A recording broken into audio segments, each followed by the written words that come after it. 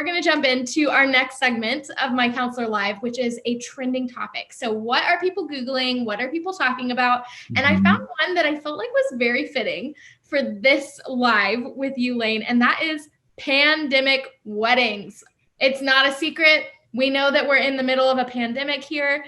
It's been hard on a lot of people and a lot of couples. There's been a lot of disappointment, a lot of grief over things that they expected on their wedding day, over having to completely change things or cancel that. So I want to cover that with you, Lane. I want to start by just asking, if there's a couple watching this who has had to postpone their wedding, cancel their wedding, change their plans, how do you handle that kind of disappointment? What are some things that you can do in managing that? Yeah.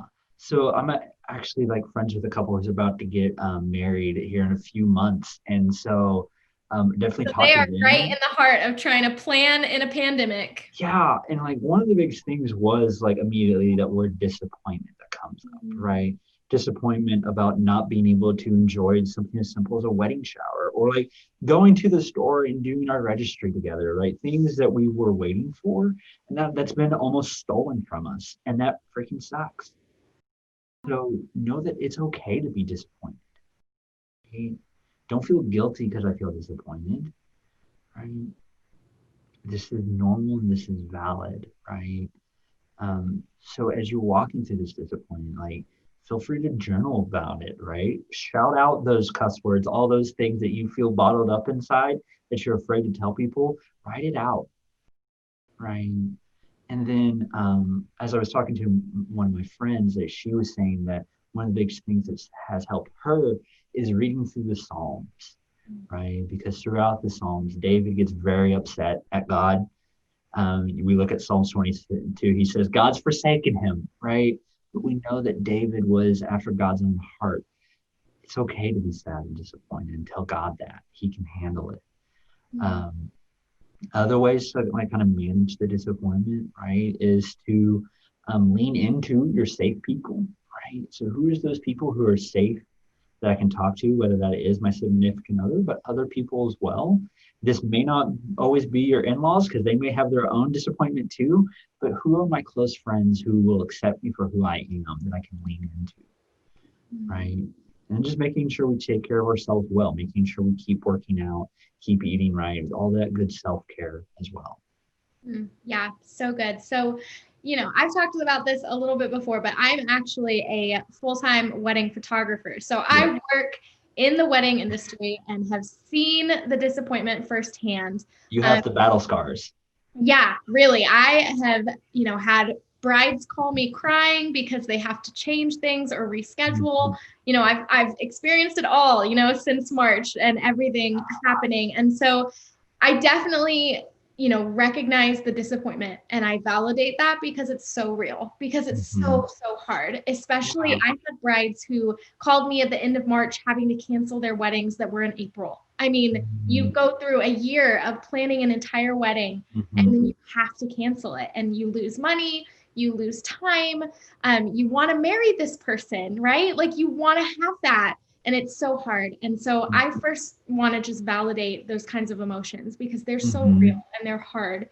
And I will say, something that has been really cool that I've seen in a lot of my couples has been them calling me, telling me, hey, we have to postpone again. Like it's going to be this date. Are you still available? Stuff like that. And then me just being like, oh my goodness, like, I'm so sorry. Are you okay? And them always being like, I'm fine. You know what? Like I've processed it. And the important thing is that we get married. And I'm like, oh, like I'm more disappointed than you are. Like, yeah. Because what this does is like, this is like a dragon, right? It's a scary dragon.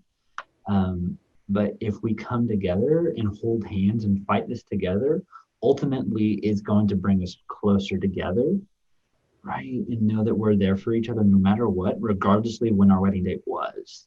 And this sets up a pattern, if we do it positively, for how we will deal other scary situation or other dragons in our life, right? And so true. So true. If you start your marriage off with something like this, I mean, that's some pretty great growth that you're able to just slide in there. Yeah. No one wants to fight a dragon, but if you have to fight it together, and you can fight more later. Yeah. Oh, I love it. That's so awesome. And I think, you touched on this, just the importance of your mindset, Mhm. around marriage. I mean, can be just so important. And it's obviously something that you have to process. The Mhm. disappointment is Yeah. real. It still has to be processed. But how important is it to just have that mindset of like, it's not a wedding, it's a marriage. You know what I mean? Mhm. Like to have that mindset of, I don't want to get married so that I can have a wedding. I want to get married so that I can live and love you forever. Yeah. Yeah. Yeah. Oh, so good. Wow.